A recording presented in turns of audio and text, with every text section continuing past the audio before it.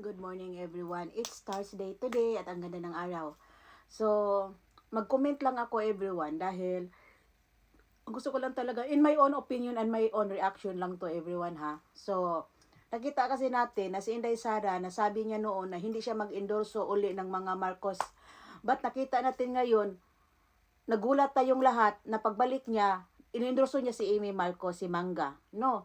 And then, talagang masasabi talaga natin na ano yan, parang hindi ba siya nadala? Parang ganon. But kailangan lang talaga nating maniwala sa politic process at magtiwala kay Inday Sara. Dahil kung bakit niya nagawa, wag na tayong manggusga.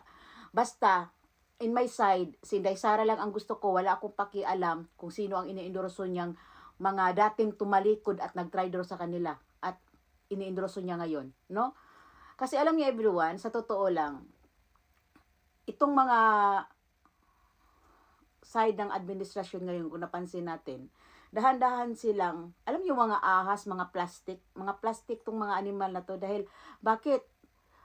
Tapos na nilang tinalikuran si Tatay Digong, pinaghusgahan nila si Tatay Digong ng sobra-sobra, no? And then ngayon, wrong moves, wrong turn yung administrasyon sa lahat ng ginagawa at bumagsak ang rating.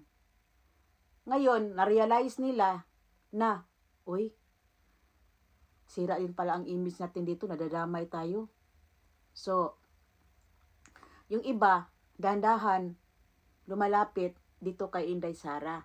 Dahan-dahan yung iba, paipal, pa-plastic. Alam nyo, para sa akin, sa totoo lang everyone, no? Once na tinalikuran ka na, kaibigan man yan, pamilya man yan, huwag mo nang hayaan yan na ibalik sa buhay mo. Dahil sa totoo lang, once tinalikuran ka, hindi mo yan pamilya, hindi mo yan kaibigan. No? But in this situation kasi everyone, it's all about the politics. So, parang this is like a business. No?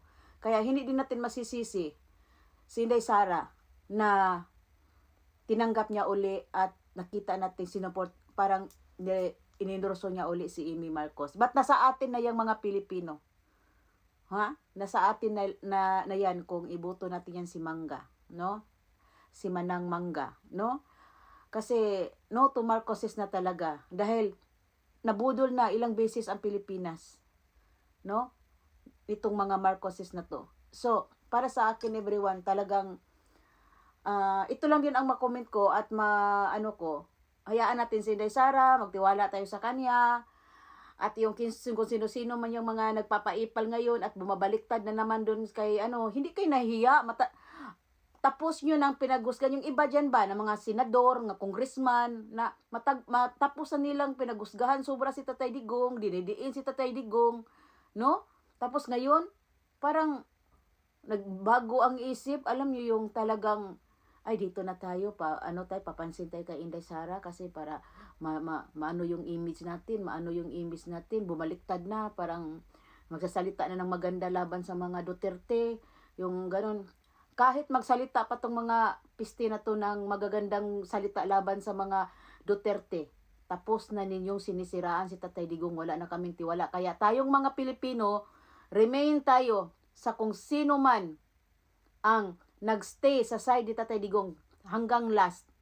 Yan ang panindigan natin. Huwag na tayong magdagdag pa sa mga taong matapos nang tumalikod at bumabalik kay Inday Sara. Huwag na natin yang paniwalaan at huwag na natin yang iboto para sa bayan natin. No? Yun lang. Kasi isa yan sa magiging toxic, no? Dito na tayo. Huwag na tayo magpabudol pa. Dito na tayo, i-remain natin na PDP Laban Both Street, ang mga original na mga PDP Laban. Dito tayo kay Inday Sara at ito ang panindigan natin.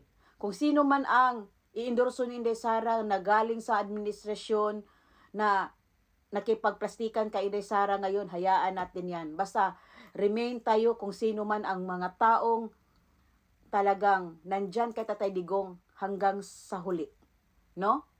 So, dito tayo. So, and this is the morning. Alam nyo, para lang yung ito lang yung advice ko everyone. Because that's politics is different of a relationship, you know. Para lang yan sa isang relasyon. Makaibigan man yan, or lover, or or asawa mo, or ano, ah, kung sino man yan, kapamilya mo, once na sinisiraan ka na, at tinatalikuran ka at pinaghusgahan ka, wag mo nang pagkatiwalaan yan. Dahil parang binibigyan mo lang, kasi experience ko na yan, na alam nyo, hindi ko makalimutan talaga na ilang beses kong pinatawad. Ganon din ka, ilang beses, kung tatlong beses ko siya pinatawad, 3 beses din ako niyang tinatraidor ng bonggang. Buti na lang hindi ako nagorgor. No? Kaya, wag talaga, dahil inggitera. No? Kasi, ang tao naman talaga everyone, pag once na tumalikod sa'yo, at once na tumaas ang kilay laban sa iyo, yan ay hindi mo kaibigan. No, ito lang ang tandaan ninyo natin. No? Dahil ang totoong kaibigan, kahit kailanman, kahit anong mangyari, kahit sinisiraan ka pa ng madlang people, they are remain on your side. That is a true friend. That is a true family. Yan ang totoong nagmahal sa iyo. Kaya doon tayo. Okay? So have a good morning everyone.